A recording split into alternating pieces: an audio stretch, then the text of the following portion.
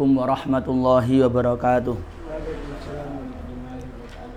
Innal hamdalillah nahmaduhu wa nasta'inuhu wa nastaghfiruhu wa na'udzu billahi min shururi anfusina wa sayyiati a'malina may yahdihillahu fala mudilla lahu wa may yudlil fala hadiya lahu. Asyhadu an la ilaha illallah wa asyhadu anna Muhammadar Rasulullah. Allahumma salli wa sallim wa barik ala sayyidina Muhammadin wa ala alihi wa sahbihi ajmain. Man tabi'ahum bi ihsan ila yaumiddin. Bismillahirrahmanirrahim.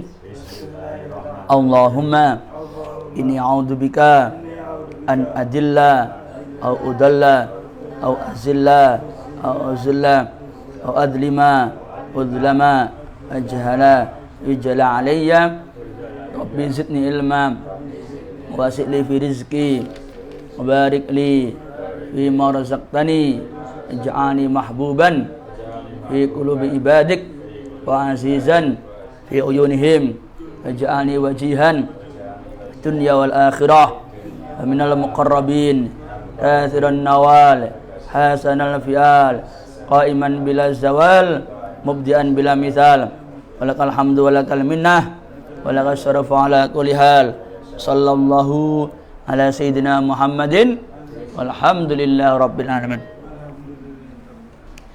Bismillahirrahmanirrahim. Masih dalam kitab Al-Hudud tentang hukuman-hukuman yang ditentukan oleh syariat. Pagi ini kita akan bahas tentang hudud bagi pertama pelaku bughat. Bughat itu pemberontak. Yang kedua hudud had bagi orang yang murtad. Yang ketiga, insyaallah waktunya masih cukup, had bagi tarikus shalah, orang Islam yang meninggalkan sholat.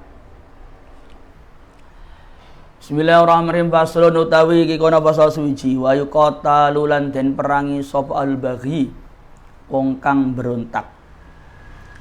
Siapa itu al-baghi? Hum qaumun minal muslimin yakhrujuna an ta'atil imamil haq. Jadi mereka itu sekelompok orang muslim yang mereka tidak mengakui, tidak mentaati pemerintahan Islam yang sah. Namanya bughat. Jadi ada pemerintahan Islam sudah berjalan, sah ini. Kemudian ada sekelompok orang Islam juga yang mereka menentang pemerintahan yang sah ini. Nah, ini kan menimbulkan efek yang sangat buruk, menimbulkan perpecahan dalam umat Islam. Ini bahaya sekali, bahaya sekali, bahaya sekali. Walaupun pada Islami, tapi ini efek buruk yang ditimbulkan sangat besar karena mencerai-beraikan persatuan umat Islam. Hukumannya apa? Diperangi. Tentu setelah diberi peringatan ya. Tentu setelah diberi peringatan itu. Karena mereka, kalau dibiarkan bahaya ini.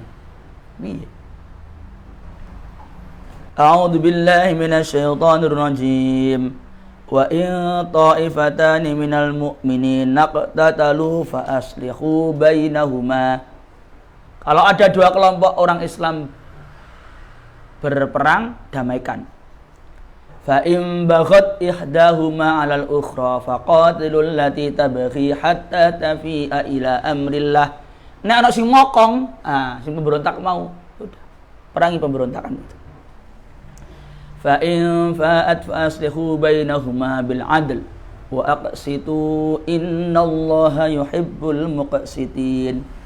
Ora gelem damai, ora gelem kembali kepada hukumnya Allah, udah. Lah, ngapunten.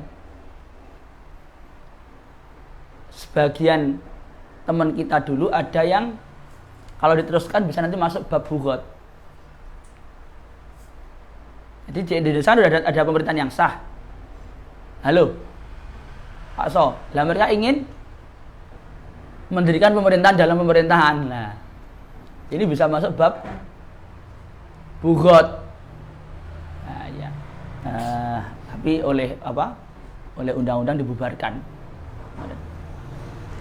Ini karena gimana, bahaya sekali. Iya, menimbulkan perpecahan internal dalam kaum muslimin. Ini bahaya sekali. Ya, tentu pertama diperingatkan ya, diminta untuk kembali kepada jamaatul muslimin. Nah, tapi kalau dia nggak mau gimana? Dan mereka ya tetap secara hukum mereka muslim, orang Islam. Hadnya apa? Diperangi. Wa yuqatal dan perangi sapa al-baghi pemberontak. Bisalah saja asaradak lawan telu pira-pira syarat. Ayakunu yen ana sapa si ahlul baghi ikum fi manaatin ing dalam kekuatan. Nah, mereka punya kekuatan, punya tentara. Wa yakhrujan tamatu sapa al-baghi an qabdatil imami saking kekuasaane imam, kekuasaane pemimpin.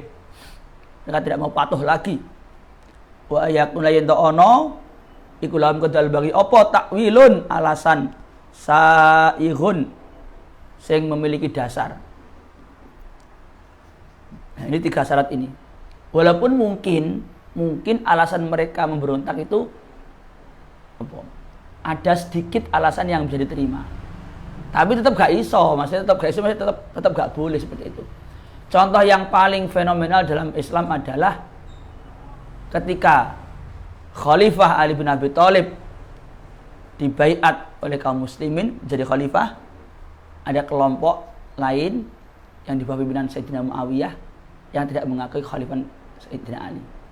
Akhirnya kita harus mengalami sejarah yang sangat buruk, yaitu terjadinya perang Siffin. Buruk dalam mata kita maksudnya ya.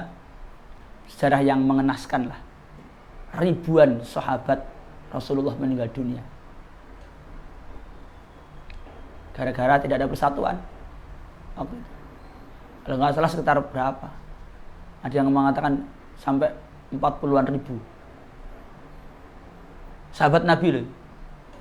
Kita sekarang yang dapat berita ngapunten, ya berapa korban sekarang di Palestina? 10 ribuan mungkin. Itu kita sedihnya sudah luar biasa. Ini sekitar 40-an orang lebih, atau mungkin lebih ya. Sahabat Nabi meninggal dunia.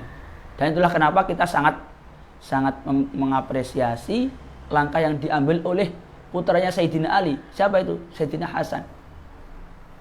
Yang memilih untuk menyerahkan sepenuhnya kepemimpinan kepada Sayyidina Muawiyah agar tidak ada perpecahan umat. Ngalah. Orang apa-apa, yang penting gak ada perang. Aku tak mundur aja. Mundur. Menghindari pertumpahan darah. Sebisa mungkin menghindari pertumpahan darah antar umat Islam. Jadi pemberontak ini bahaya sekali dia. Karena dia memecah belah umat Islam. Makanya hati-hati kita ini. Hati-hati gini, harus dipikir. Misalkan ada sekelompok orang yang punya ide, punya gagasan. Wah, kita harus mendirikan negara.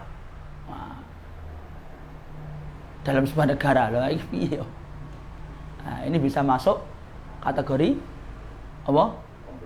Iya. Walaupun mungkin sebagian alasannya bisa diterima akal. Makanya disebut sebagai lahum takwilun saihun. Kalau alasannya nggak masuk akal, justru malah parah mana yang nanti. Malah lebih parah lagi nanti. Lebih apa? Parah mana? Ini sama juga dengan nanti itu kaum Khawarij yang memisahkan diri dari kelompoknya Sayyidina Ali pasca perang Siffin.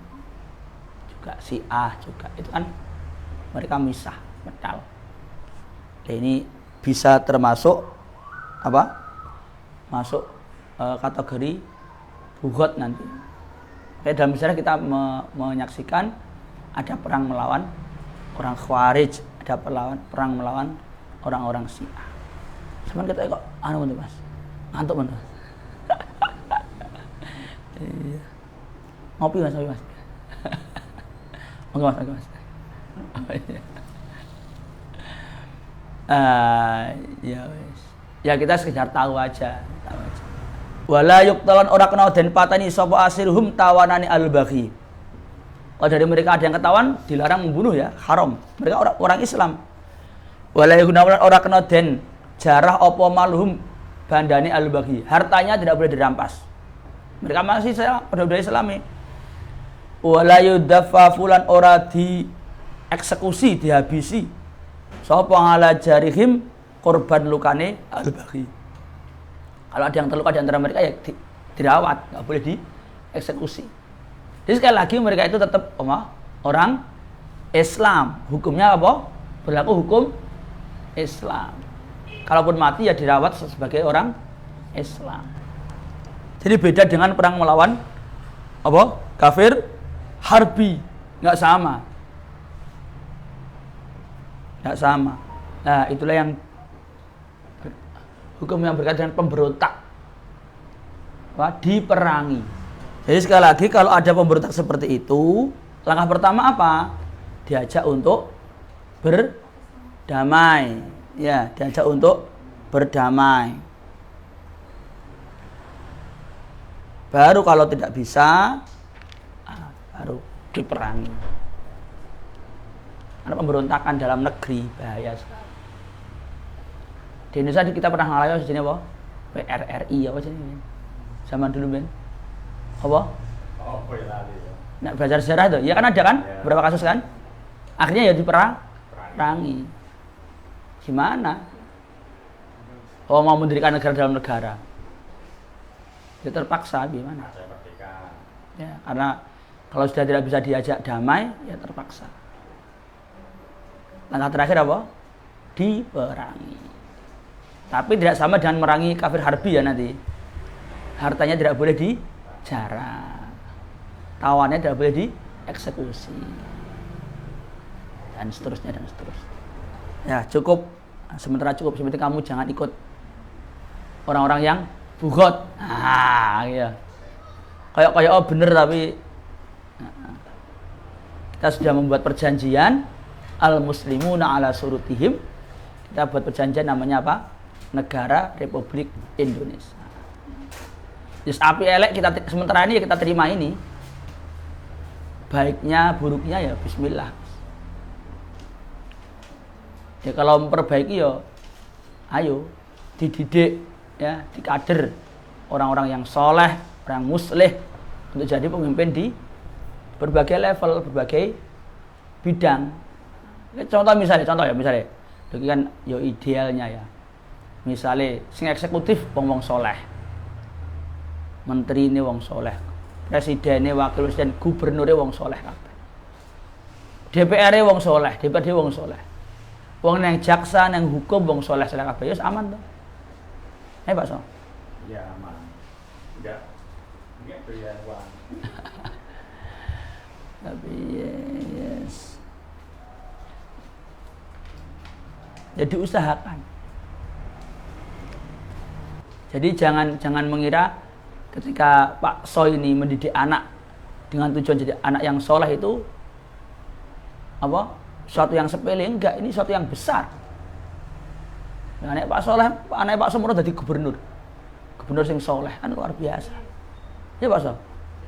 Betapa banyak orang seperti itu. Gubernur.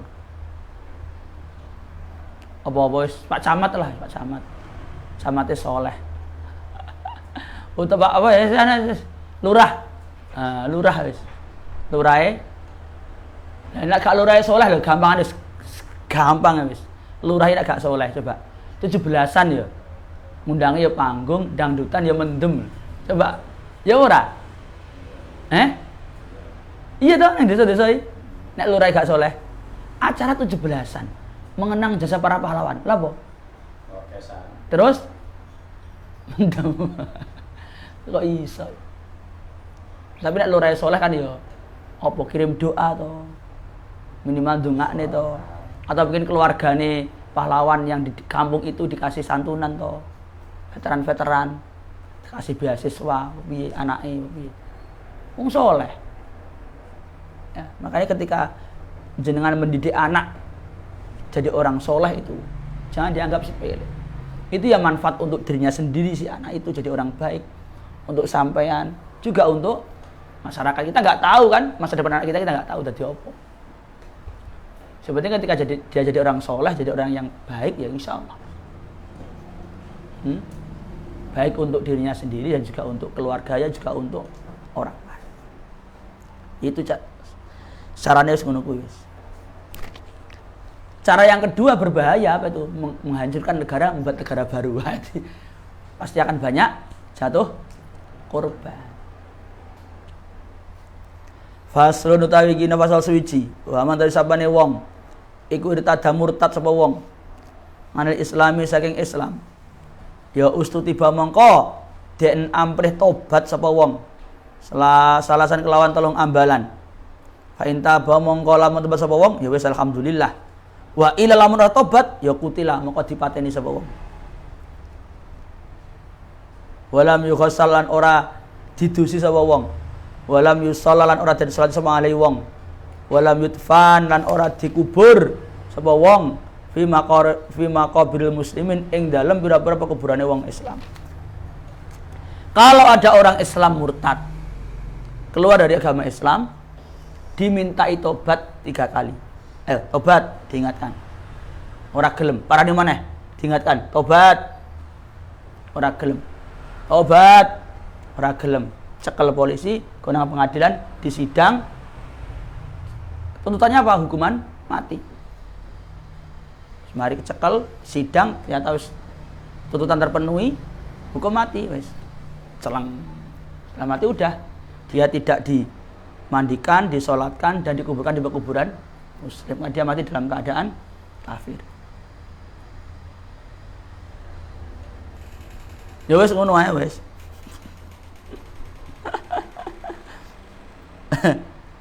Wah. Ya, tentu sekali lagi ini yang berlaku dalam hukum Islam.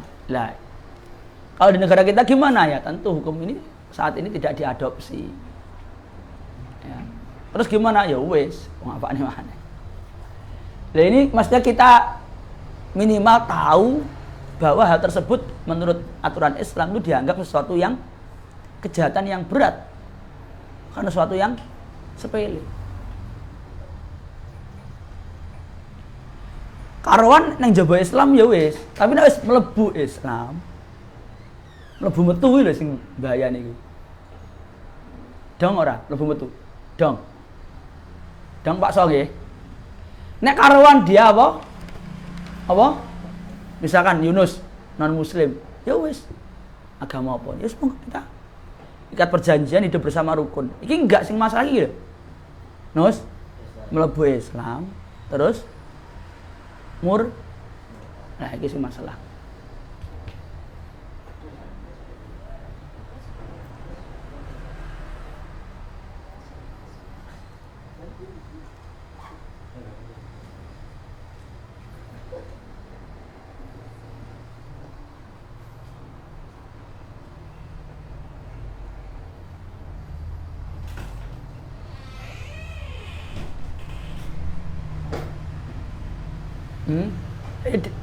Jadi nggak langsung dieksekusi ya, tapi nggak langsung diminta untuk tobat dulu. Berapa kali? 3 kali. SP1, SP2, SP3. Karuan kalau memang nggak mau masuk Islam ya udah silahkan, nggak masalah. Lakum dinukum waliyadin. Tapi nek wis mlebu Islam, syahadat, baru terus metu lah itu masalah. Agama dienggo dolanan. Gara-gara rabi ganti agama. Misalnya ngapunten, ana wong non Islam menikah dengan orang Islam, dia masuk Islam. Marno dia cerai, menikah lagi dengan orang yang non Islam, dia keluar lagi ya. Ya agama dolanan iki opo? Ini namanya orang menyepelekan agama. Orang meremehkan agama. Ini satu yang buruk, termasuk tindakan kriminal yang berat. Hukumannya hukuman mati. Yuk. Hukuman berat-berat tok mutamati. Hukuman mati. Naudzubillah min dalik. Dan dia kalau sudah mati, di sini dia dihukumi mati dalam keadaan kafir, makanya tidak boleh bahkan lebih buruk dari mati kafir. Orang murtad itu statusnya lebih buruk daripada kafir asli. Nah, sampai gini. Kalau kita belajar apa? Agak ilmu fikih. Contoh, kalau orang kafir asli, sampean punya air, apa? Air. Dia kehausan, ya. Sampean butuh untuk wudu. Tetanggamu kafir kehausan, kamu butuh untuk wudu. Dahulukan dia, kasih ini. Sampean apa tayamum. Itu kalau kafir asli. Tapi kalau murtad enggak. Kalau kamu punya tetangga murtad, dia kehausan, butuh air. Ini kamu butuh untuk apa? Wudu. Jangan kasih ke dia, pakai untuk wudu. Kok ngono? Iya. Karena status murtad itu lebih buruk daripada kafir asli.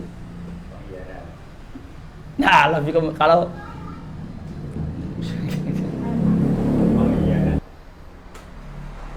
nah, cuma sekali lagi karena di negara kita ini tidak diadopsi ya nggak masalah sih. Nah, memang kita kan pakai KUHP. KUHP nggak ada mengatur pasal pemurtadan, nggak ada. Tapi minimal kita ngerti dalam hukum Islam secara pengetahuan bahwa ini suatu yang berat, bukan suatu yang ringan. Keluar masuk agamawi loh. Itu suatu yang konsekuensinya berat.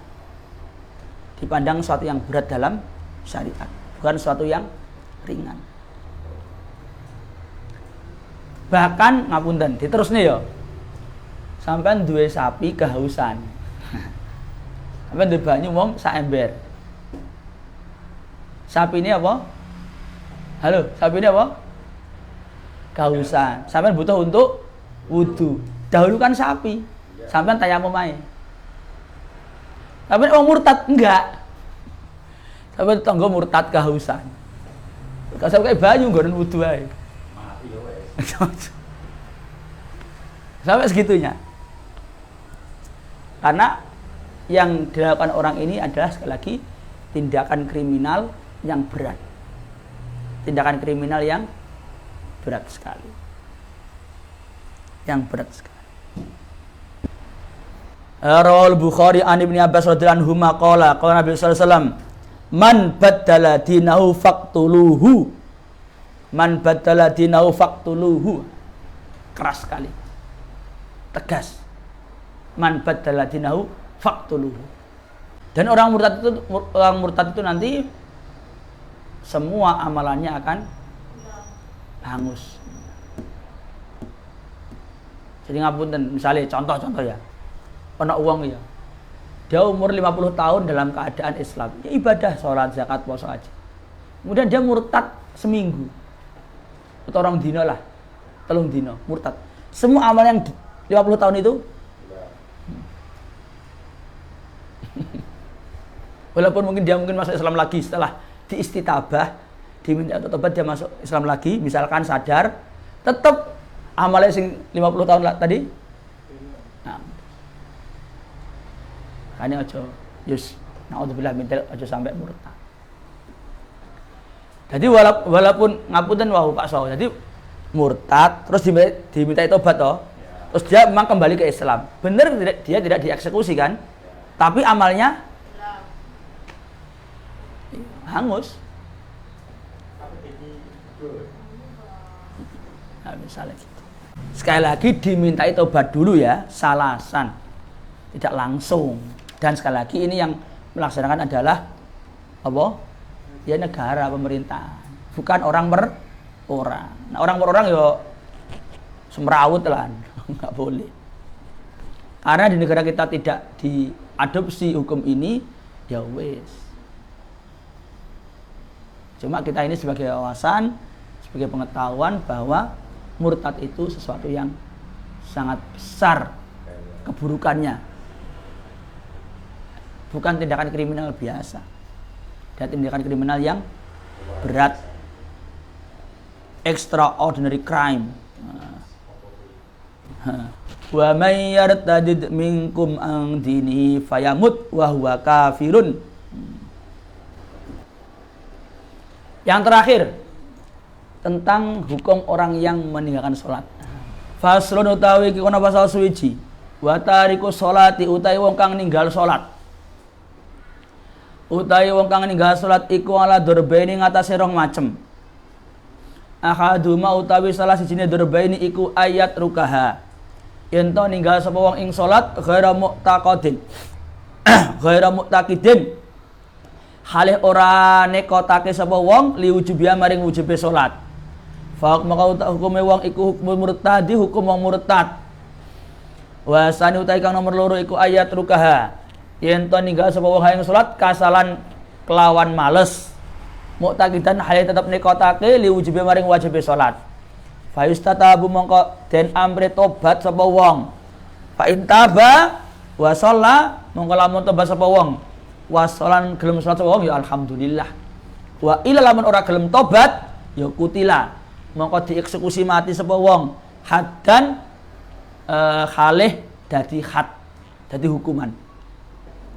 Wa kan ana sapa apa hukume wong iku hukmal muslimina hukume pira-pira wong Islam. Cuma apa masih tetap muslim. Gini, orang yang meninggalkan sholat itu ada dua macam. Satu, orang Islam yang meninggalkan sholat dengan tidak meyakini wajibnya sholat. Berarti dia mengingkari kewajiban sholat. Mas, apa gak sholat? Halah, sholat itu gak wajib, gak penting. Dia mengingkari kewajiban, tidak meyakini kewajiban. Fahukmul murtad. Maka orang seperti ini disebut orang murtad. Apa? Orang murtad karena mengingkari kewajiban sholat. Kan termasuk penyebab murtad kan ada tiga macam. Ada i'tiqad, ada perbuatan, ada ucapan. Di antara i'tiqad adalah tidak meyakini wajibnya sholat, tidak meyakini wajibnya zakat, tidak meyakini wajibnya puasa Ramadan, itu bisa murtad. Kalau murtad berarti berlaku hukum yang pertama tadi. Murtad berarti kan pahalanya hilang. Diminta tobat 3 kali. Kalau dia tobat ya oke, kalau nggak tobat berarti dieksekusi, tapi dalam keadaan kafir berarti kan. Karena kafir berarti nanti tidak dimandikan, tidak sholatkan, tidak dikuburkan di pekuburan Islam. Itu pertama, meninggalkan sholat, mengingkari kewajiban sholat, tidak mengakui kewajiban sholat. Yang kedua, orang yang meninggalkan sholat karena malas, tetapi masih meyakini kewajiban sholat. Mas, apa gak sholat? Duh gak nih ya, muka aku sholat ya. Malah aku sih males ya. Loh ayo sholat. Wabut ya. Tapi dia meyakini sholat itu wajib mas. Ya wajib rukun Islam wae. Kudu orang Islam kudu sholat. Orang ini masih meyakini kewajiban, tapi dia nggak sholat karena malas. Lah orang seperti ini yustatabu, diminta itu tobat. Nah itu tugasnya PRT, PRW. Tugasnya PRT, PRW. Tugasnya kuwi. Nek ana wong Islam nang kampung gak salat, dikon tobat. Kamu muslim? Iya, muslim. Loh, umat Islam wajib salat. Kenapa enggak salat? Tobat, salat. Tugasnya PRT, sampeyan ada PRT ngono Pak So. Lho iya kewajiban sampean kuwi. Pak Lurah. Lah iya, Pak Lurah kan PRT kan bawane Pak Lurah. Termasuk Pak Lurah. Loh, tugas utama itu memastikan umat Islam yang ada di wilayahnya mengerjakan sholat. Nek gak sholat terus dielingne. Kulukum ra'in wa kulukum mas'ulun an ra'iyati. Loh iya toh. Kalau dalam keluarga ya bapak ingatkan. Makanya yang wajib membangunkan anak sholat subuh pagi itu siapa harusnya? Bapak. Bapaknya ke sholat besar. Yo, bagaimana? Nek bapaknya berhalangan ya wakil ning ibu ngomong. Tapi sing asli tugas apa? Bapak, sing tugas gugah bapak kudune. Lah, kalau ada orang seperti ini, dia meninggalkan sholat karena malas, tapi masih mengakui kewajiban, maka dia yustatabu, diminta untuk bertobat. Kalau dia bertobat, mau sholat, oke. Wa illa kutila haddan. Kalau dia nggak mau tobat, maka dia akan ditangkap oleh polisi, disidang, dan dieksekusi. Tetapi dia tetap dihukumi muslim. Setelah dia eksekusi, tetap dimandikan, dikafani, disolatkan, dimakamkan di pekuburan muslim. Karena hukumnya adalah orang Islam. Beda sama yang pertama tadi, yang mengingkari kewajiban sholat, ya hukumnya murtad. Berarti sudah tidak muslim lagi.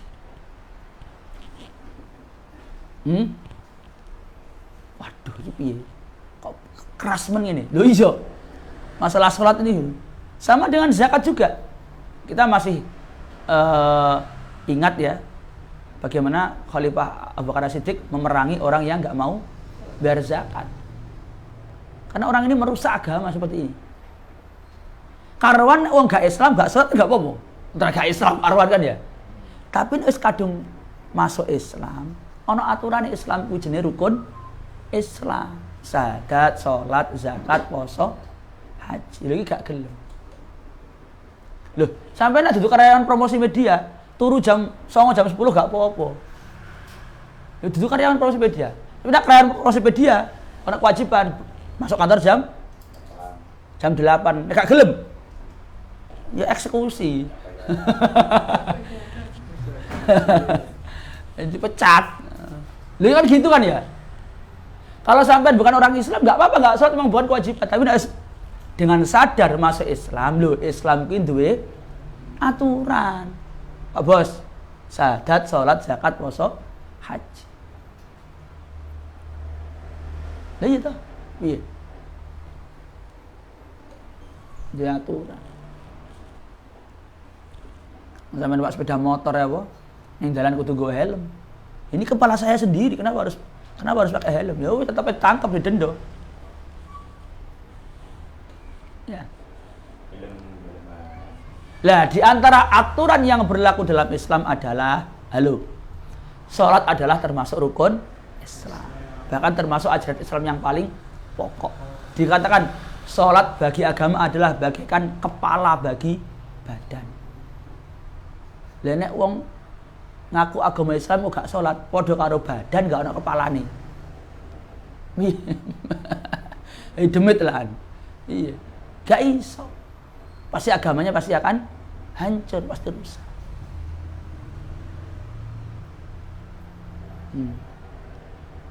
Berarti Islam gak sayang karo wong. Justru ini sayangnya Islam begini. Diberi aturan yang sangat ketat, sangat berat supaya apa? Orang itu ojo sampai wani-wani ninggane mung 5 menit lho nggih ngrecek kebangetan. Mung 5 sampai sholat subuh 5 menit kok gak sampai kadang malam. Di antara 24 jam yang Allah berikan setiap hari kepada setiap manusia, 24 jam. Allah hanya minta 5 menit aja. Ada 5, 25 menit, setengah jam. Isik sisa 23 setengah jam. Terserah. Mbok kerja nonton TV, mbok di dolan, mbok di turu, mbok di mangan. Yang untuk sholat hanya 25 menit tok. Kok saya gak gelem budal? Nah, jenenge bocah kurang ajar temenan iki jenenge. Kok cek nemen-nemen. Kok cek nemen. Jam berapa Mas Adi? Jam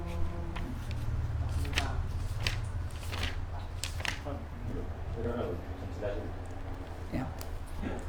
Jadi sedikit ada keterangan lagi, tambahan sedikit tentang orang tak wocok nih. Sampai rungokne ya. Tentang orang yang meninggalkan, Masya Allah. Iki man taraka sholatan muta'amidan laqiyallah wa huwa alaihi ghadban. Siapa yang meninggalkan salat dengan sengaja, nanti dia ketemu Allah dalam keadaan marah. Man taraka sholata muta'ammidan faqad kafara jiharon. Siapa yang meninggalkan salat secara sengaja, sungguh dia kafir dengan terang-terangan. Yes. Man habada 'alaiha, barang siapa menjaga salat, kanat lahu nuran burhanan wa najatan yaumil qiyamah. Dia punya cahaya, dia punya petunjuk, dia punya keselamatan di hari kiamat. Wa ma lam yuhafid 'alaiha lam takun lahu nuran wala burhanan wala najatan wa kana yaumil qiyamah ma fir'aun wa haman wa qarun wa ubay bin khalaf. Barang siapa tidak menjaga salat lima waktu, dia tidak punya cahaya, tidak punya penyelamat di hari kiamat. Dia di hari kiamat bersama dengan Fir'aun, Haman, Qarun, Ubay bin Khalaf la'anahumullah. Baina rajul wa baina kufri tarku shalah. Pembeda antara seorang dan keislaman adalah meninggalkan salat. Salat Masya Allah. Tarikus shalah mal'unun fit Taurat wal Injil wal Zabur wal Furqan. Orang yang meninggalkan salat dengan sengaja dilaknat di Taurat, Injil, Zabur, Quran. Tarikus shalah yang zilu alaikula yaumin walah alfu laknatin. Orang yang meninggalkan salat dengan sengaja 1000 laknat turun untuk dia sehari semalam. Wa alfu sukhtin wal malaikatu yal anuna min fawqi sab'i samad. Dilaknat malaikat 7 langit. Tarikus shalah malahu nasibun fil haud. Orang yang meninggalkan salat dengan sengaja nanti tidak bisa minum telaganya Rasulullah di mahsyar. Dia akan kehausan selamanya. Wala fi safah, tidak dapat syafaatnya Rasulullah. Wa tarikus shalah la yu'adu fi maradi. Kalau dia sakit enggak usah diindangi. Wala yadfa'u fi jarazatihi. Kalau dia mati enggak usah diantarkan ke kuburan, mlaku dhewe. Wala yusallamu alaihi wala yu'aqalu wala yusrabu. Tidak perlu dikasih makan, tidak perlu dikasih minum. Wala yusahabul wala yujalasu. Tidak perlu ditemani. Wala dinalah wala amanatalah. Tidak bisa dipercaya orang seperti ini. Kalau dia bersaksi di pengadilan, tidak sah persaksiannya.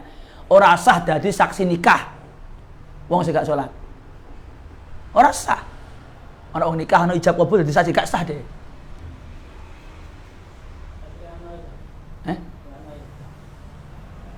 Ora sah dadi saksi nikah. Ora sah dadi saksi nikah. Saksi bos, saksi itu an la nikaha illa biwaliyin wa syahidai adlin. Ora sah dadi saksi nikah. Wali kan bapake, urusane beda maneh. Urusane karo bapake kan kuwi.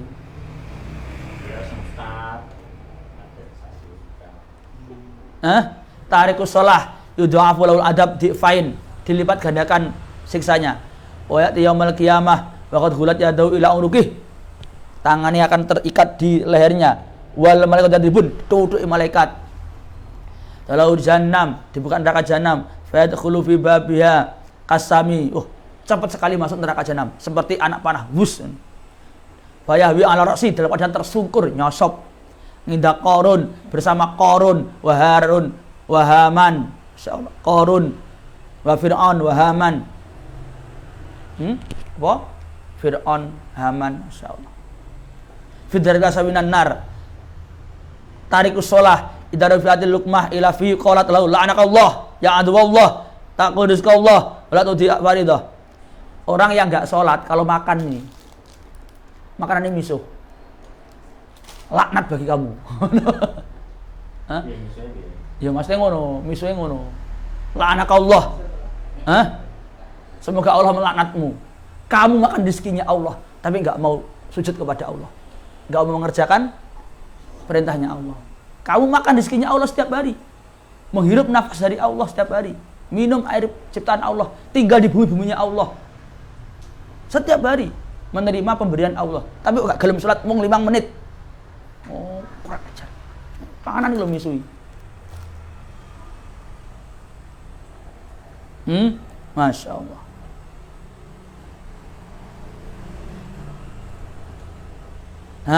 Qati'us shalah idza kharja fi baiti qala al-bait la saybaka Allah fi nasabarik wala khalfak fi asadik wala andaka ila halik saliman. Jadi Orang yang nggak sholat ketika dia keluar rumah, omahe ndongak nih.